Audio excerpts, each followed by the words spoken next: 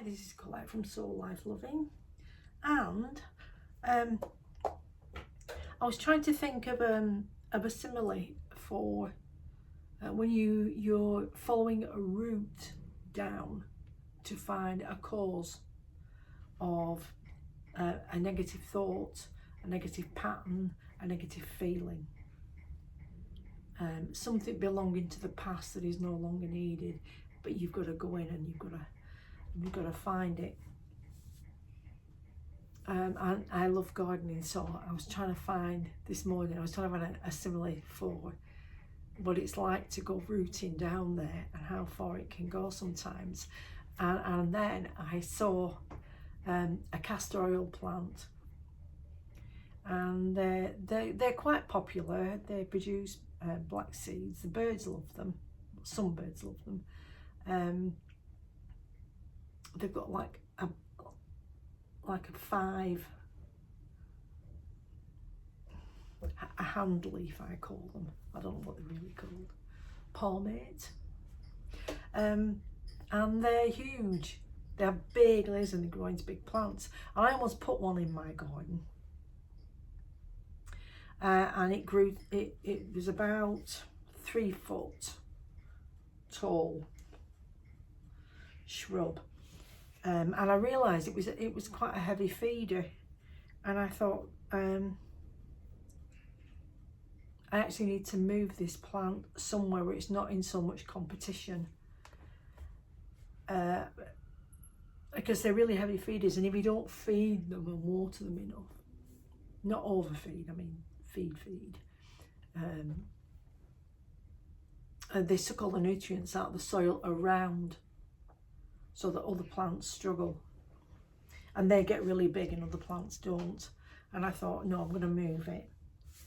Oh, I've just been painting. I've just smeared myself with gold paint. I must have splopped it somewhere. Oh. Anyway, sidetracking again, back to the plant. And I thought, I'm going to dig it up, I'm going to move it, and I'm going to dig it up, I'm going to put it in a bucket of water and feed, and then I'm going to think about where I'm going to move it.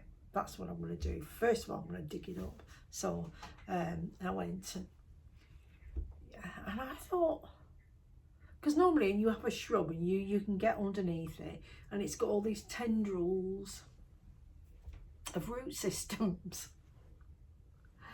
No. I'm thinking this is really weird. And then I thought, as I was rocking it to try and get it out and it wouldn't budge, I thought, I bet this has a tap root.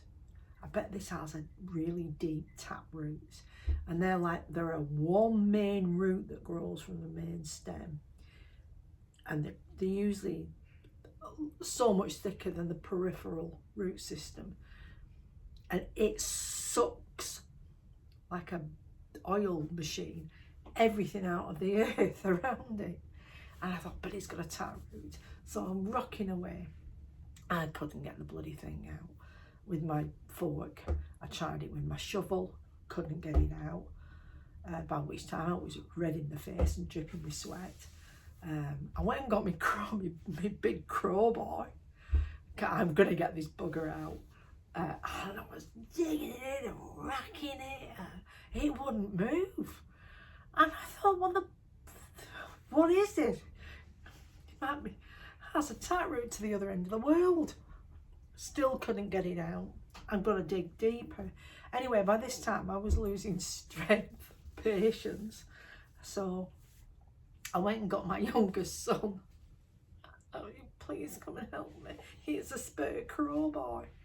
It took 2 of us an hour to get this 3 to 4 foot shrub out of the ground.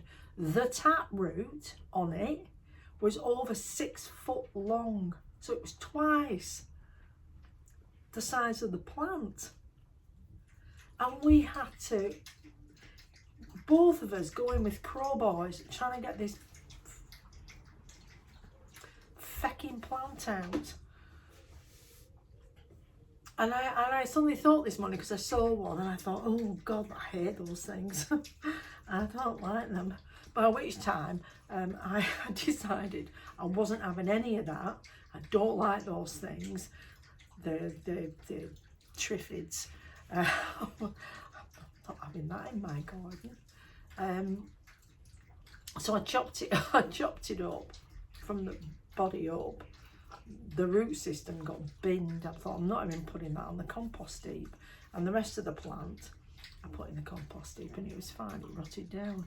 I thought, I don't want it anywhere. And I'm not, normally if I don't like a plant and I've nowhere else to put it, I'll put it out on the front wall and some with a free sign, and somebody will come along and take it. And I put on what it is. But this, I'm not being responsible for that thing being in somebody else's garden, because if they've got a finely balanced ecosystem and they just want a fast growing shrub, yes, it will do that, but everything else will go downhill slowly but surely. And when you come to dig it up, it's going to have a taproot twice the length. And I thought, you know what? That's what it feels like when you're trying to dig out your root causes that go back such a long way, twice the length of yourself, sometimes even longer, because if it's come from many lives past forwards, like it had with my old timeline, it just gets added to every timeline. Every new person on that timeline adds their baggage to it if they don't deal with it.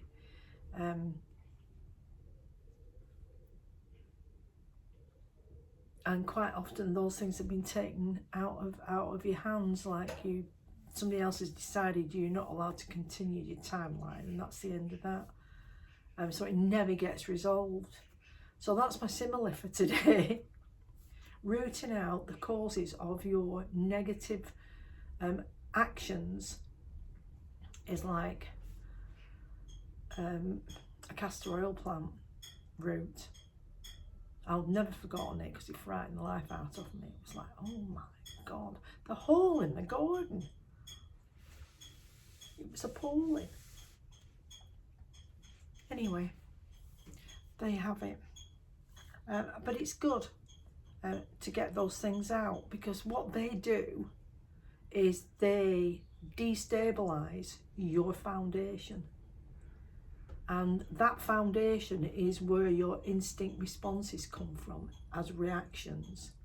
And if you have somebody who has had a really good life, their natural responses to things are a lot different than people who have had traumatic lives.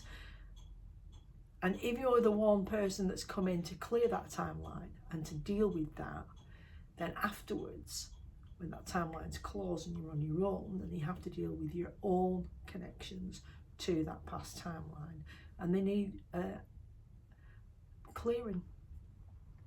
So anybody that's clearing and doing and is exhausted and is wondering whether they should stop, please don't stop. Just keep going.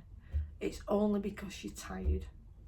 And when it's done, it won't ever affect you again, because as soon as it pops its head up, oh, you know that it's a weed, and it will take your energy and take your sustenance and produce quite often devastating effects. And I include the castor oil plant in under the heading of weeds, not flowers that are meant. It doesn't even have nice flowers, but they're not flowers that are meant to be. It's not like a dandelion where the leaf is a bit ugly, but if you catch it early enough you can eat it in your salads. But the flower is beautiful.